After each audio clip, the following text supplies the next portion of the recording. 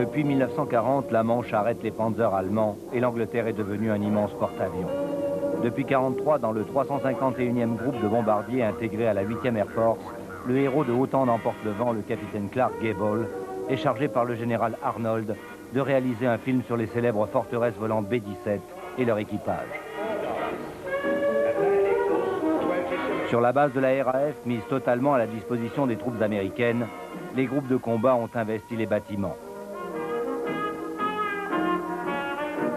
La salle de briefing tourne à plein régime et les pilotes et mécaniciens, lorsqu'ils ne sont pas en mission dans le ciel de la France occupée, font briller les gros bombardiers répondant au doux nom des femmes ou petites amies laissées outre-Atlantique.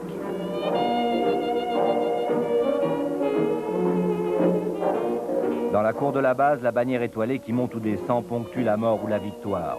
Le film que tourne Clark Gable doit être avant tout informatif, instructif et bien sûr positif.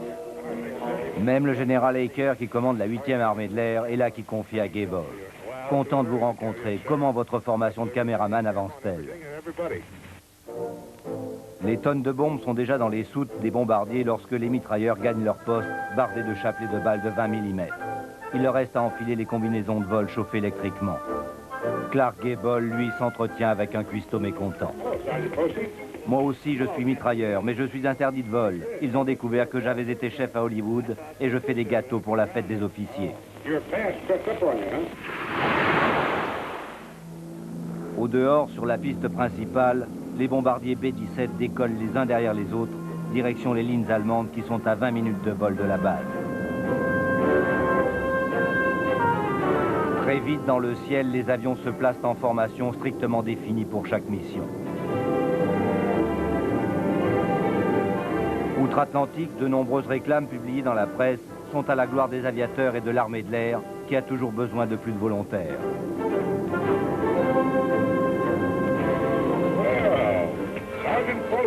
À terre, le capitaine Gable engrange les images et couche sur la pellicule 16 mm les scènes de la vie quotidienne des soldats.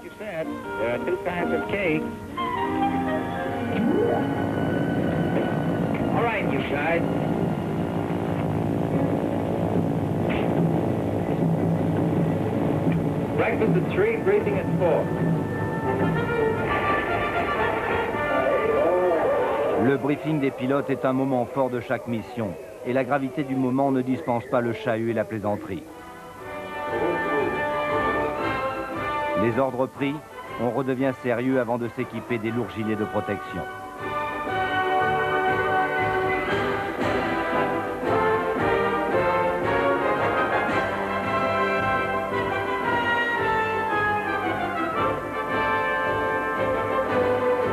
L'ordre de démarrer les moteurs est donné et les appareils gagnent le seuil de piste avant de décoller.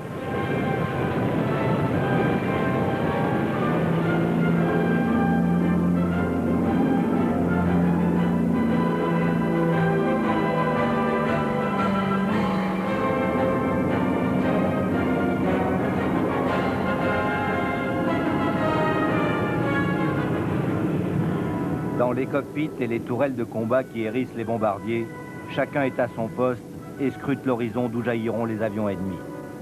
Dans le ciel, le combat va faire rage devant l'objectif de la caméra du capitaine Gable, qui ce jour-là a 42 ans.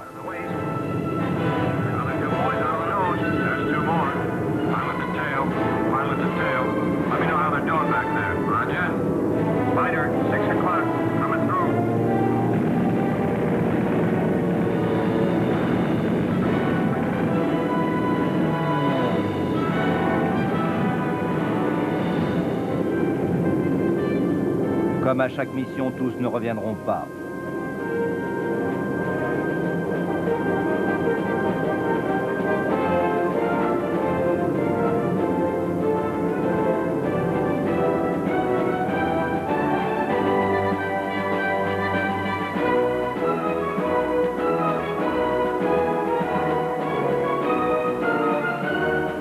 Une fois posée, l'escadrille décompresse et pense les blessures.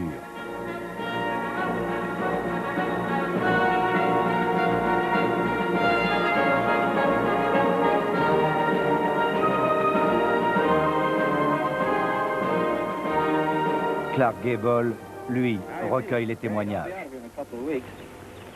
Et s'il est des décorations sans fait de guerre, il n'y a pas de guerre sans décoration. L'image immortalise la bravoure de ces hommes. En réalisant ce film, Clark Gable a tourné une page de l'histoire et rendu hommage à ces aviateurs qui ont su, avec leur sang, nous redonner la paix.